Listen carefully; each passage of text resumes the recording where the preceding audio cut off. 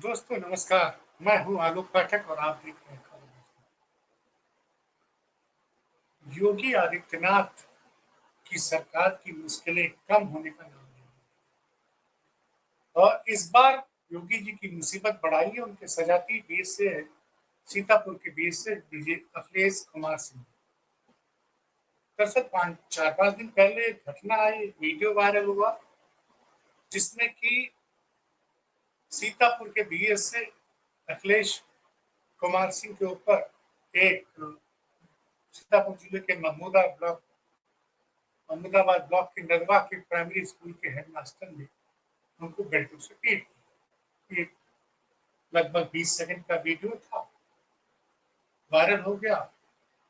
और उसके पहले का था कि वो हेडमास्टर साहब को किसी बात की सफाई देने के लिए बुलाया था बीएसएफ साहब ने, कुछ बहस हुई। उसके बाद हेडमास्टर साहब ने, विजेंद्र वर्मा जी ने बेल्ट निकाला और बेल्ट से बीएसएफ पे आक्रमण कर दिया। उसके बाद पुलिस आई और विजेंद्र वर्मा गिरफ्तार करके जेल।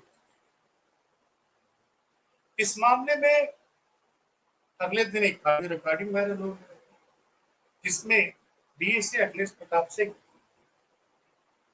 नंदवा स्कूल के प्राइमरी स्कूल के हेडमास्टर से कह रहे थे कि आप सहायक शिक्षिका हैं, उनको उनकी अटेंडेंस लगा दी, जबकि काफी दिन से अनुपस्थित थी। तो वो ऑब्जेक्शन किया कि सर ऐसे थोड़ी हो सकता है कि वो स्कूल ना मैं उनको अटेंडेंस लगा दूं, गाँव में लोग पूछते हैं।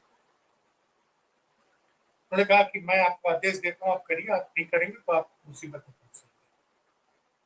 उसके बाद विजेंद्र वर्मा की आजकल जमाना जानते ही दूसरा है कि जब वीडियो वायरल हुआ तो पत्रकार पहुंच गए विजेंद्र वर्मा की पत्नी के पास। उन्होंने चौंकाने वाले खुलासे किए कि ये जो है बीएसए साहब लगातार एक सहायक शिक्षिका जो स्कूल आती ही नहीं थी, उसको बार बार कह रहे थे कि तुम उसको अटेंडेंस लगाओ, और ये आय चाहे क्या लगा इसको लेकर विवाद था।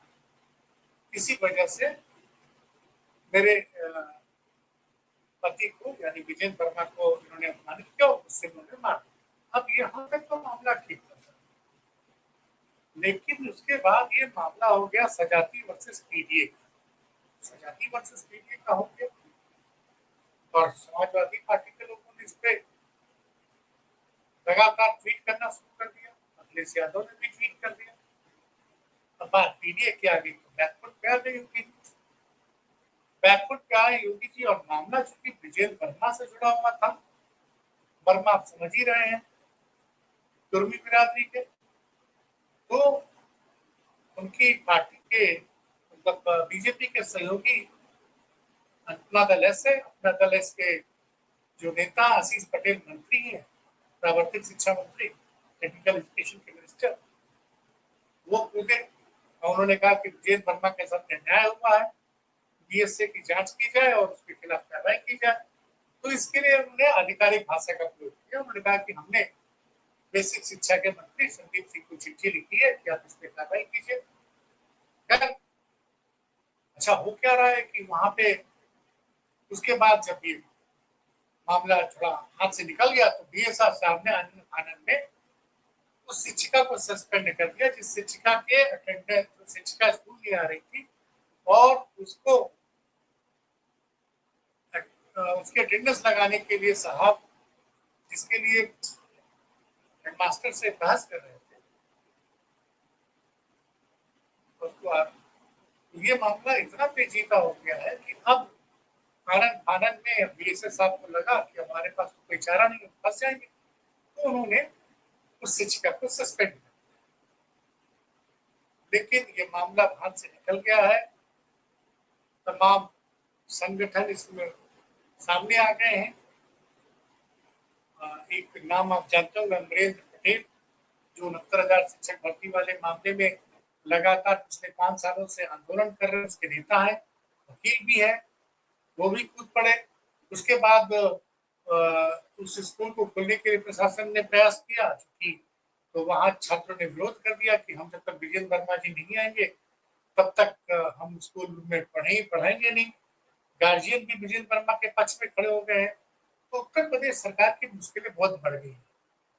अब आज एक हाई लेवल की कमेटी बैठी थी जिनमें अब लोग ये कह रहे हैं कि सरकार डैमेज करने के कंट्रोल करने के लिए बीएसए अखिलेश कुमार को सस्पेंड कर सकते हैं।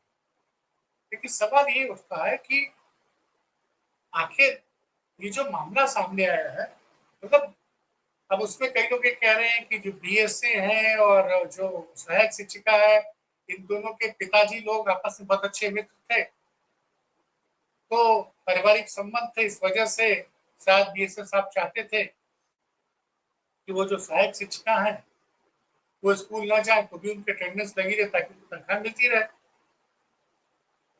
और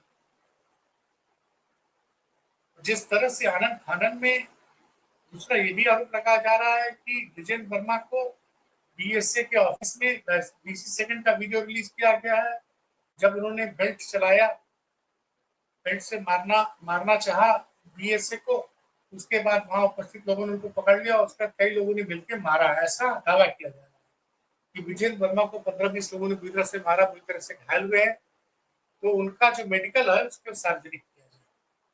तो एक लड़ाई जो एक सिंपल सा मामला था, बीएसए शायद अनुचित दबाव बना रहे थे कि हमारी परिचित शिक्षिका को तुम अटेंडेंस उनकी लगाओ, और हेडमास्टर ने उसका मानने से मना कर दिया। जिस तरह के साक्ष्य अब सोशल मीडिया पे अवेलेबल है, उससे जो बीएसए हैं, जो योगी जी के सजाती बताए जा रहे हैं, वो बुरी तरह से फंसते चले जा रहे हैं। अभी तक उनको सस्पेंड नहीं किया गया, लेकिन सरकार के जो खास पत्रकार हैं वो ये ट्वीट कर रहे हैं कि इस मामले में बीएसए को सस्पेंड कर देना चाहिए।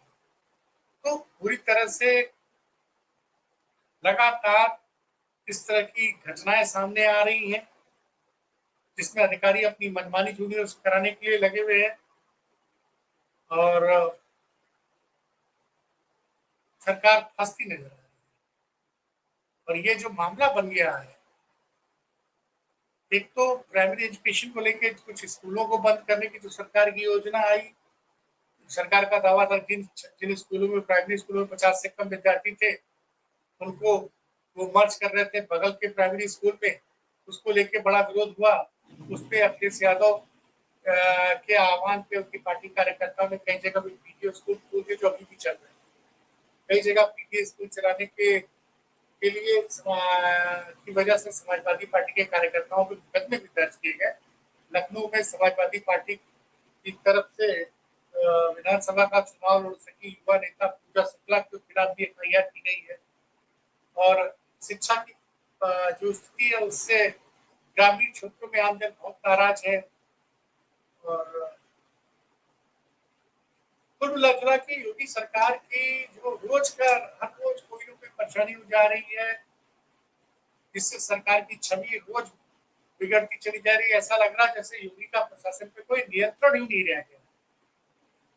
और फिर इस मामले को भी, सीतापुर मामले में भी पीडीए बना, पीडीए समाज पूरी तरह से उस शिक्षक के पक्ष में खड़ा हो गया है। अब देखते हैं शिक्षक को कब जमानत मिलती है, बीएसए पे कब कार्रवाई होती है। और पूरी तरह से इस मामले में योगी सरकार फंस गई है।